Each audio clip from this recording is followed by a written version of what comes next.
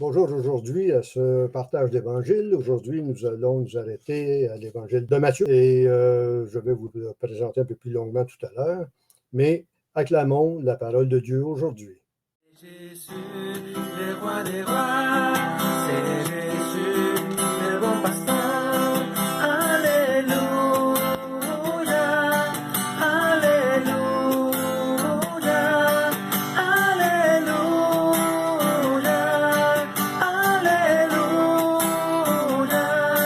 Amen.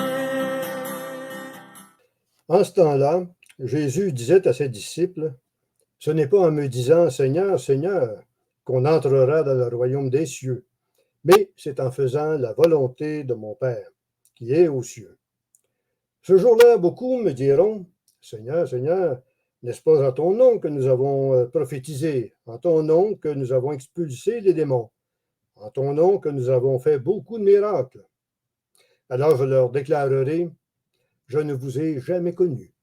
Écartez-vous de moi, vous qui commettez le mal. » Ainsi, celui qui entend les paroles que je dis là et les met en pratique est comparable à un homme prévoyant qui a construit sa maison sur le roc.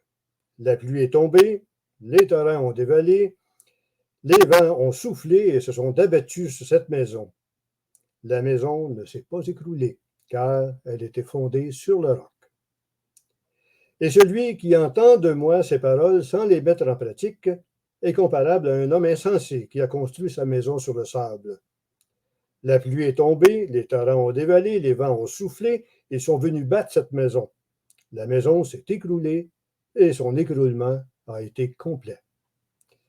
Lorsque Jésus eut terminé ce discours, les foules restèrent frappées de son enseignement, car il les enseignait en homme qui a autorité et non pas comme leurs scribes. Acclamons la parole de Dieu.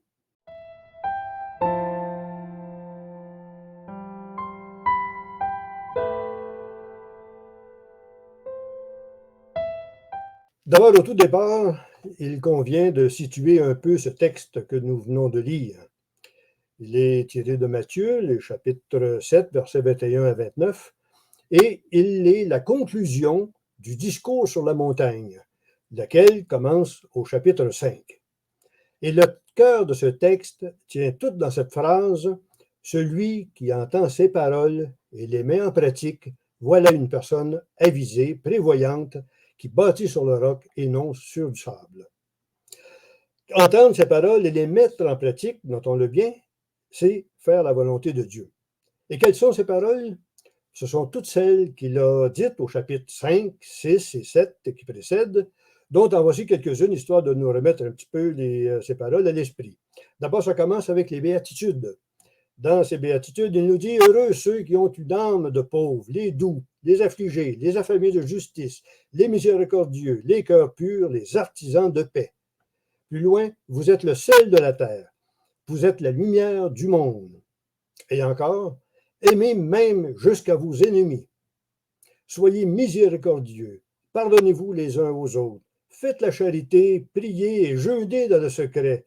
Ne jugez pas. » Et beaucoup d'autres paroles que je vous invite à relire pour mieux saisir le texte d'aujourd'hui. Bref, toutes ces paroles nous ramènent au premier commandement de Dieu qui se donne comme ceci, vous le connaissez bien, « Tu aimeras le Seigneur ton Dieu de tout ton cœur, de toute ton âme et de toute ta force. » Et le second, qui lui est adjoint, qui est aussi important que le premier, et « aime ton prochain comme toi-même. » Nous notons que aimer Dieu et aimer le prochain, c'est une seule et même chose. Et les deux ne vont pas en séparation l'un de l'autre. Plus loin, au chapitre 22, Matthieu mettra ces mots dans la bouche de Jésus.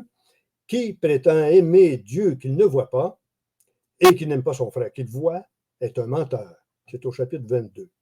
Alors, dans tous les chapitres du discours sur la montagne, Jésus nous révèle que Dieu est notre Père, qu'il veut transformer nos cœurs, qu'il nous aime, qu'il est présent et agissant au cœur de nos vies. C'est pourquoi il nous enseigne, en plein cœur de ces 3 chapitres, la prière qui est le Notre Père et avec laquelle nous allons terminer. Cette prière, elle est au cœur du discours sur la montagne. Alors donc, toute la question non seulement consiste à entendre les paroles de Jésus, mais à les mettre aussi en pratique. Saint Jacques nous rappellera, la foi sans les œuvres est une foi morte. Et les œuvres, ce sont des œuvres de miséricorde. Alors Jésus nous apprend ce que ça signifie aimer dans un monde qui refuse de beaucoup de façons l'amour. Aimer, en plus, ce n'est pas que de la simple camaraderie, des bons copains avec qui nous nous entendons bien, mais un engagement entier envers l'autre, particulièrement envers les plus démunis, ceux qui ont le plus besoin d'amour. Nous irions jusqu'à prophétiser, faire des miracles, chasser les démons, tout cela, si c'était accompli pour notre propre gloire et non par amour, alors Jésus pourrait nous dire « Je ne vous connais pas ». Pensons à l'amour, à l'hymne à l'amour ici de saint Paul. « Si je n'ai pas l'amour, je ne suis rien ». Alors Seigneur, nous sommes pauvres et petits en amour. Sans toi, nous ne pouvons rien faire. Mais rien n'est impossible à Dieu. Il peut faire surgir une source d'eau vive du roc le plus dur. C'est pourquoi nous t'invoquons ardemment, Père, tu es notre Père.